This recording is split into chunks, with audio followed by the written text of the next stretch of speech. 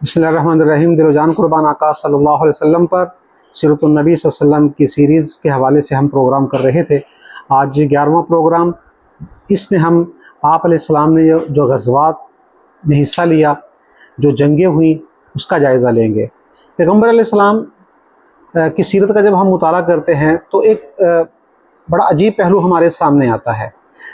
مکہ کا 13 سالہ دور، اس میں آپ علیہ السلام نے تبلیغ فرمائی، لوگوں کو دین کی طرف بلایا۔ کفار مکہ نے بڑے مظالم و ظلم و ستم کیے، صحابہ کرام بھی اور آپ علیہ السلام بھی ان کو برداشت کرتے رہے، اور کوئی واقعہ ہمارے سامنے ایسا نہیں آتا کہ جواباً مسلمانوں نے بھی مشرکین کے ساتھ لڑائی کی ہو مکہ کے دور میں، یا کسی مشرک نے کسی صحابی کو پریشان کیا، تشدد کیا، ظلم کیا، یا آپ علیہ السلام کو پریشان کیا تو اس صحابی نے اس مشرک کے ساتھ لڑائی کی ہو، یا آپ علیہ السلام نے اس کے ساتھ لڑائی کی ہو، تو ایسا کوئی واقعہ ہمارے سامنے نہیں آتا۔ اور جب مدینہ تشریف لے تو پھر اس کے بعد جنگوں کا سلسلہ شروع ہو جاتا ہے۔ شاید کچھ لوگوں کے ذہن میں خیال آئے کہ اس وقت مسلمان کمزور تھے اور بڑے ہی پسماندہ اور خستہ حالت تھی۔ بے شک مسلمان کمزور تھے، اور زیادہ تر جو کلمہ پڑھنے والے تھے صحابہ کرام وہ غلام تھے، باندیاں تھیں، کمزور طبقات کے لوگ تھے، لیکن اس کے باوجود دلیر تھے، بہادر تھے۔ تو پھر ریئیکشن کیوں نہیں کیا، جواباً کفار کے ساتھ لڑے کیوں نہیں؟ تو اس کی وجہ یہ ہے کہ جب تک آپ علیہ السلام مکہ میں تھے، وہ 13 سالہ دور، اللہ کی طرف سے حکم تھا کہ صبر کرنا اور برداشت کرنا۔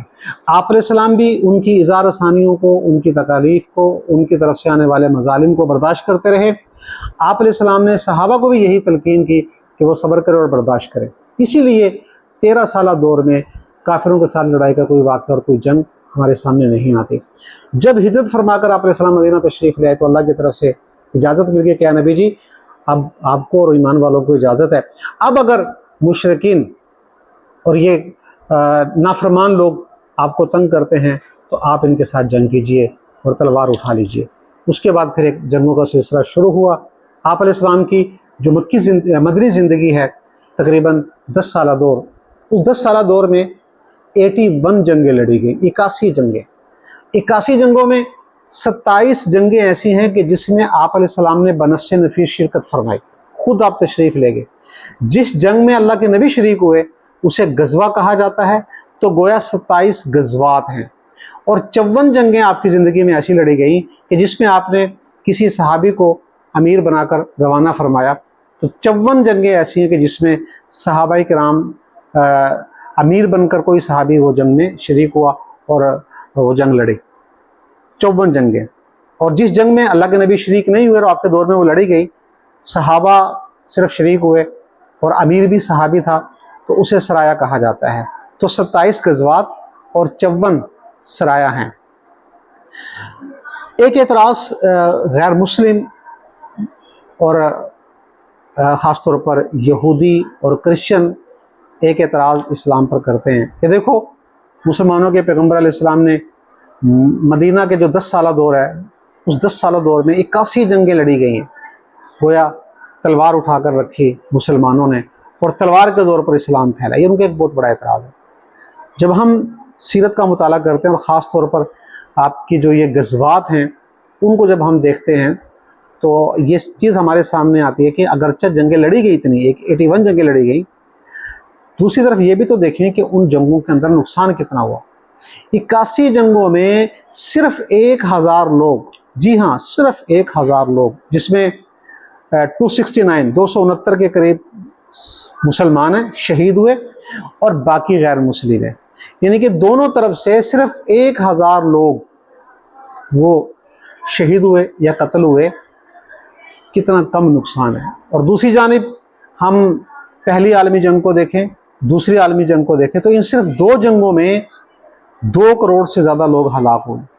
تو ایک طرف 2 جنگوں کے اندر کروڑوں کی تعداد میں ہلاکتیں اور کروڑوں زخمی، اور دوسری طرف 81 جنگیں اور صرف 1000 لوگ دونوں طرف سے، کیونکہ آپ علیہ السلام کی کوشش ہوتی تھی کہ جنگ تک نوبت نہ آئے، لیکن اگر جنگ تک نوبت آ جاتی تو اس میں بھی آپ کوشش کرتے تھے کہ کم سے کم نقصان ہو۔ جب آپ علیہ السلام خود تشریف لے جاتے جنگ میں یا سرایا روانہ فرماتے تو آپ تاکید کرتے تھے کہ ان کو 3 باتوں کی دعوت دیتے تھے کہ کلمہ پڑھ لو تم ہمارے بھائی بن جاؤ گے, تمہاری ہماری کوئی لڑائی نہیں ہے.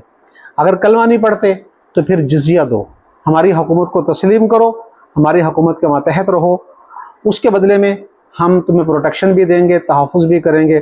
کوئی تمہارے ساتھ لڑنے آئے گا تو ہم مسلمان بھی تمہارے ساتھ مل کر اس کا مقابلہ کریں گے, اور تم امن کے ساتھ, چین کے ساتھ اپنے مذہب کے مطابق زندگی گزار سکتے ہو.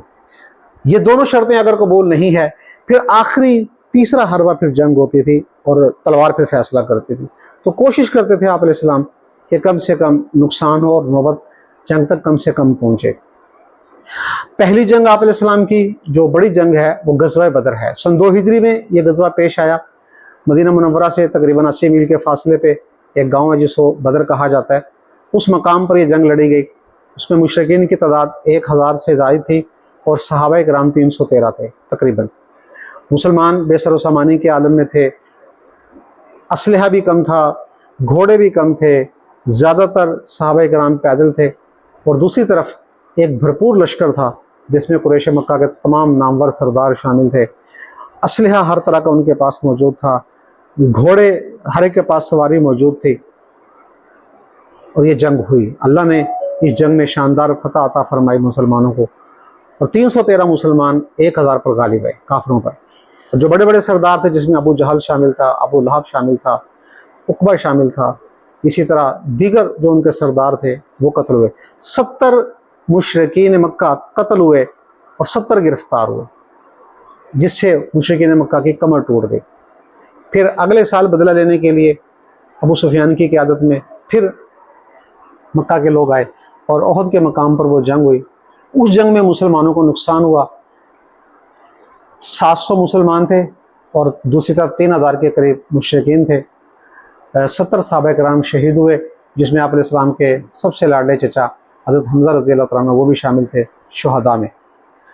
اس کے بعد تیسری جنگ وہ غزوہ احزاب اسے کہا جاتا ہے, جنگ خندق بھی کہتے ہیں.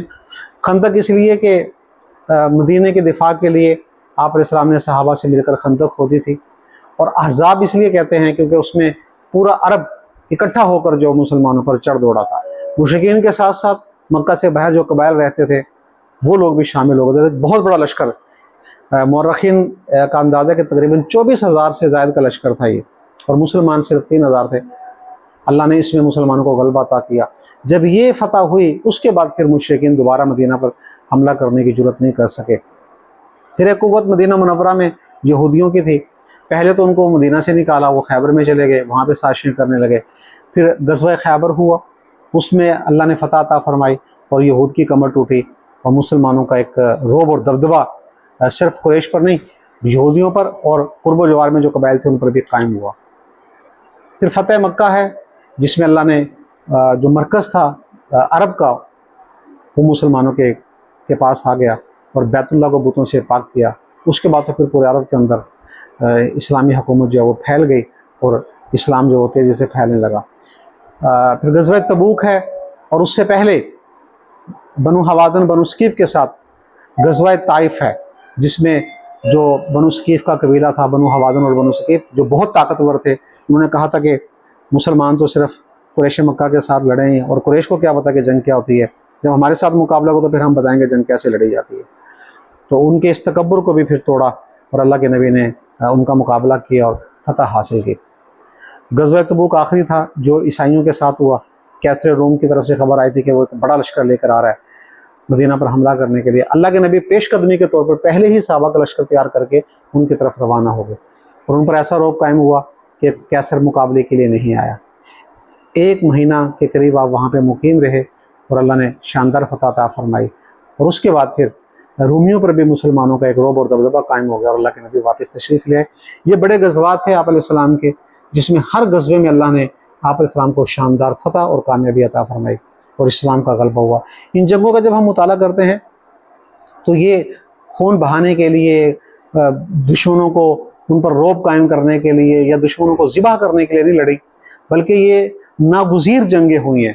دشمن خود حملہ آور ہوا مدینہ پر, اللہ کے نبی نے ڈیفینسو جنگیں لڑی ہیں, یوں کہہ سکتے ہیں, پیش قدمی نہیں, ڈیفینسو جنگ. دشمن کی طرف سے خطرہ ہوا, پھر اللہ کے نبی نے ایک حفاظتی اقدام کے طور پر لشکر کو تیار کر کے ان کے مقابلے کے لیے روانہ ہوئے, اور اللہ نے آپ علیہ السلام کو فتح عطا فرمائی اور اسلام جو ہے وہ پھیلا۔ تو یہ غزوات ہیں، تقریباً 27 جنگیں، 27 غزوات جس میں آپ علیہ السلام شریک ہوئے، اور 54 سرایہ ہیں جس میں آپ نے کسی صحابی کو امیر بنا کر بھیجا، اور اسلام جو ہے وہ اس طرح پورے عرب کے اندر پھیلا اور اسلام کا روب اور دبدبہ قائم ہوا۔ کروڑوں درود آقا صلی اللہ علیہ وسلم پر۔